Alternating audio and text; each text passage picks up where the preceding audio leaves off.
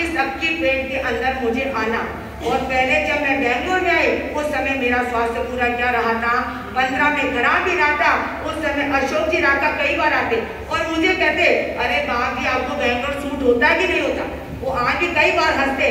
मैंने कहा ठीक है सादा बेटे उस समय होगा, कोई हमेशा तो वो रहने वाला नहीं है। मैंने कहा ठीक है, लेकिन अक्की पेट के अंदर आने से पहले मन में बड़ा क्या था, हुआ वो था।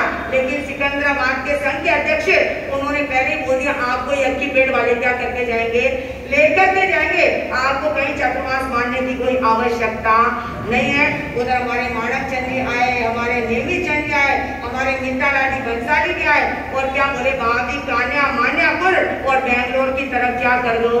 हमने नहीं सोचा था बॉम्बे से सिकंदराबाद, सिकंदराबाद से बेंगलोर और बेंगलोर से कौन आ जाएंगे, हमारे चेन्नई वाले पहुंच जाएंगे। हमें नहीं मालूम था। लेकिन अक्की पेट का चतुर्मास अगर हम देखें तो अतीत के चलचित्र की तरह हमारी आंखों के सामने क्या हो रहा है, कैसे प्रवेश हुआ, क्या हुआ।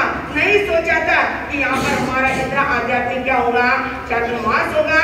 लेकिन संघ इतना महान है कि मैं जितना कहूँ उतना इनके लिए क्या है, कम है। इन्होंने अपने बहन की तरह, अपनी बेटी की तरह छोटी छोटी शादियों को क्या किया है, समझा है, बढ़ाया और आगे बढ़ाने का क्या, शायद ऋषि दादी उनका पहला ही काम पड़ा इस चतुर्मास के अंदर इतना बोलने का।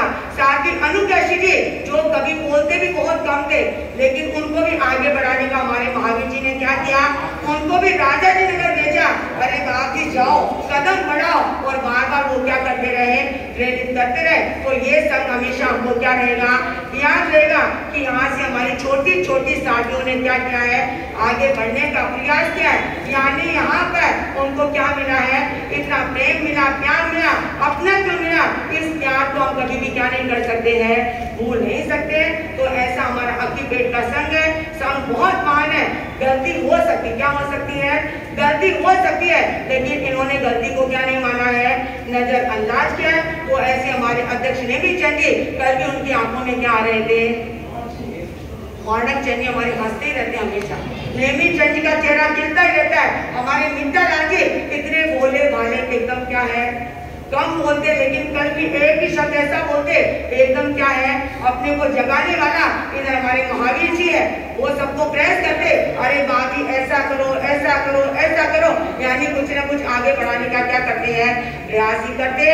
तो संघ बहुत मान है। किस किस के लिए बोलूं, ये जितने भी हमारे श्रावक है, एक से बढ़कर एक क्या हमारे श्रावक है। तो सभी का प्रेम प्यार हमको क्या रहेगा, याद रहेगा। और अब कई लोग कहते बाकी बेंगलोर में तो ठंडक थी और मद्रास में तो क्या है, चेन्नई, नाम क्या उसका। और मैंने लिखा चेन्नई में चैन है ही नहीं। इन चेन्नई वालों से पूछो कितना चैन है इनको। लेकिन विचार करना, अब हमारे गुरुदेव की आज्ञा है। किसकी आज्ञा आई है, अब आप जानते हैं जब तक रिजर्वेशन आगे का नहीं होगा तब तक हमको यहाँ से क्या नहीं मिलेगी। जिम्मेवारी किसकी है, नहीं चाहिए। अब तक जिम्मेवारी किसकी है, अभी भी है और आगे भी रहेगी। इनकी तो हमेशा क्या रहेगी, गुरु भक्त है, परम गुरु भक्त है। आपकी तो पूरी हमारे पर क्या है, पूरी जिम्मेवारी है। लेकिन आगे अब हमको क्या है, हमारे गुरुदेव की आज्ञा, आचार्य भगवान की आज्ञा, युवाचार्य भगवान की आज्ञा और हमारे गुरुदेव सुकन मुनि जी, प्रवर्तक सुकन मुनि जी की आज्ञा और प्रवर्तक राजेंद्र मुनि जी। कौन है, प्रवर्तक राजेंद्र मुनि जी, इधर रमेश मुनि जी और कौन है बड़े हमारे जिनेन्द्र मुनि जी, दिनेश मुनि जी और प्रवर्तक हमारे कौन है, गुरुदेव नरेश मुनि जी। और हमारे भाई महाराज साहब कौन है, हमारे भाई महाराज साहब जो हमको बहुत अच्छी सलाह देते। ऐसे हमारे भाई शाली भद्र मुनि, क्या नाम है, शाली भद्र मुनि जी महाराज साहब। उन्होंने विचार किया, इनके पास में चेन्नई का क्या है मैसेज वहां पर पहुंच गया कि महिलापुर संघ वाले आए हैं और वो बार बार शादी जी को क्या कर रहे हैं, विनती करे।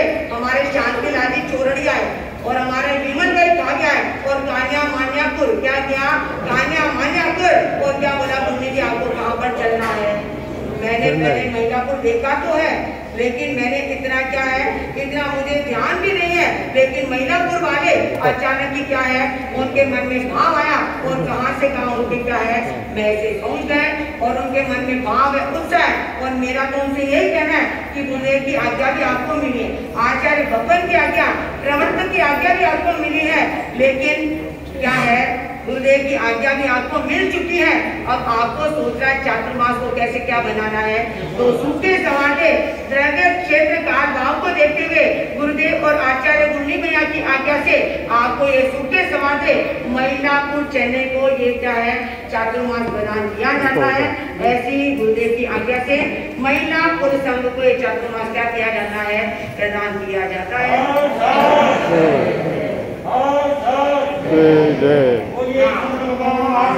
स्वामी की जय। और विधिवत जो गोष्ठा है गुरुदेवों के मुखारबिंद से वो होली चातुर्मास उनका जहाँ भी होगा वहाँ पर वो क्या करेंगे इस चातुर्मास की विधिवत घोषणा करेंगे। आज आपको आश्वासन क्या करा जाता है दिया जाता है। इतनी बात कहकर अपने वक्तव्य को विराम देती हूँ।